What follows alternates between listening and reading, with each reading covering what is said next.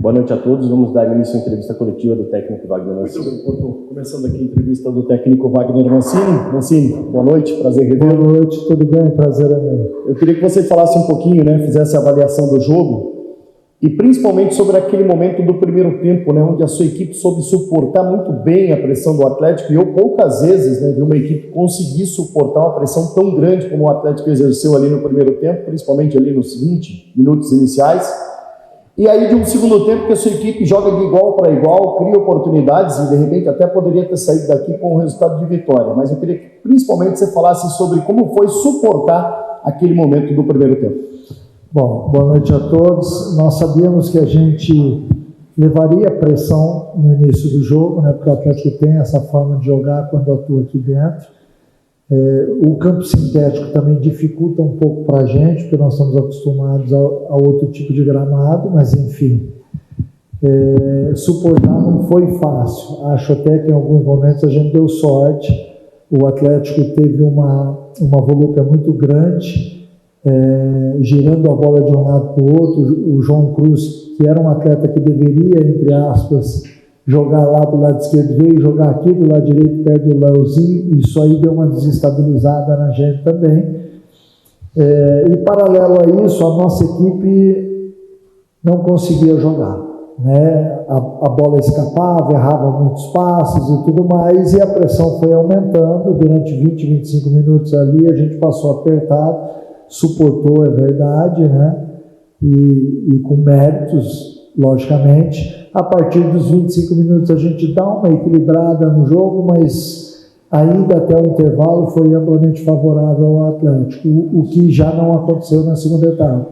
A segunda etapa a gente volta para um jogo um pouco mais equilibrado, o Atlético tem uma ou outra chance no início do segundo tempo, aí depois a nossa equipe equilibra, faz o gol, tem algumas boas oportunidades, acaba tomando um empate e mesmo assim não esmorece, e chega ao término do jogo sendo a equipe mais participativa em campo, com mais chance de chegar à vitória, enfim, um ponto levado é sempre importante, óbvio que a vitória ficou muito perto no final, mas no início do jogo a gente tem que reconhecer a superioridade do Atlético, então por isso a gente acha que um ponto é um ponto favorável, que vai nos ajudar e que poucas equipes vão chegar a isso nesse momento jogando aqui dentro da arena.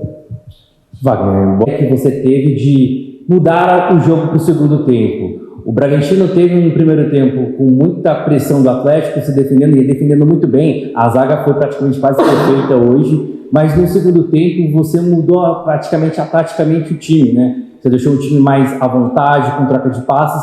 Qual foi a ideia de fazer aquilo que o Atlético menos gosta, de tirar a pressão dele? Tirar a bola para que o time foi tão eficiente no segundo tempo? Talvez faltou ali um pouco mais de calibragem no último passe para fazer o gol para sair com a vitória.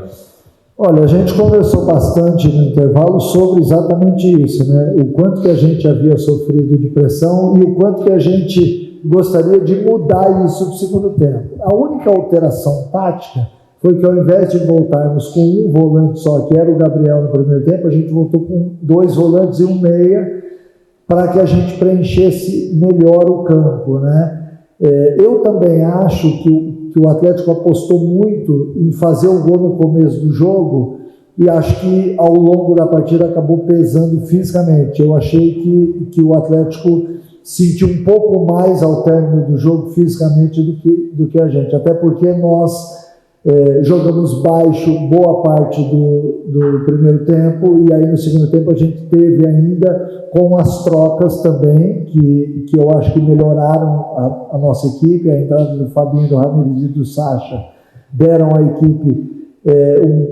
um pouco mais de poder de posse de bola, que nós não tivemos no primeiro tempo. Até tivemos no final do primeiro tempo, mas uma bola que circulava muito entre os zagueiros. Já na segunda etapa não. A equipe conseguiu ter posse de bola no campo de ataque, por dentro, por fora, enfim.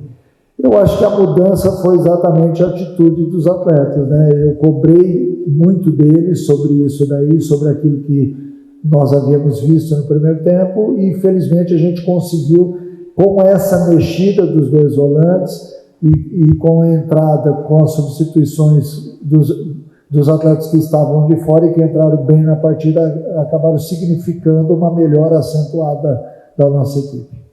Ontem teve algo hoje que me chamou muita atenção e até me deixou, né, como um amante do esporte, muito feliz, que foi ver o jogo sendo jogado.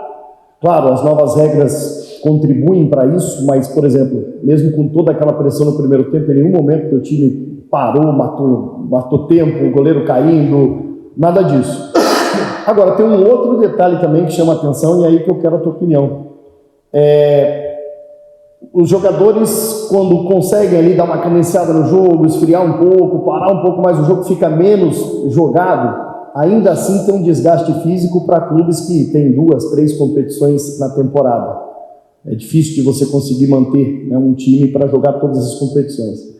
Em um jogo com um ritmo como foi esse de hoje, eu imagino o trabalho que não vai dar para vocês, treinadores, para montar uma equipe, por exemplo, já no meio de semana você tem um jogo decisivo de Sul-Americana. Como é que você vê esse equilíbrio que vocês vão ter que encontrar?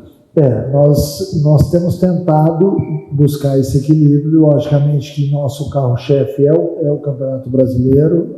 A gente nunca falou outra coisa senão essa, mas a gente quer passar de fase. E para isso, logicamente, eu vou ter que rodar alguns atletas. A gente tem feito isso já.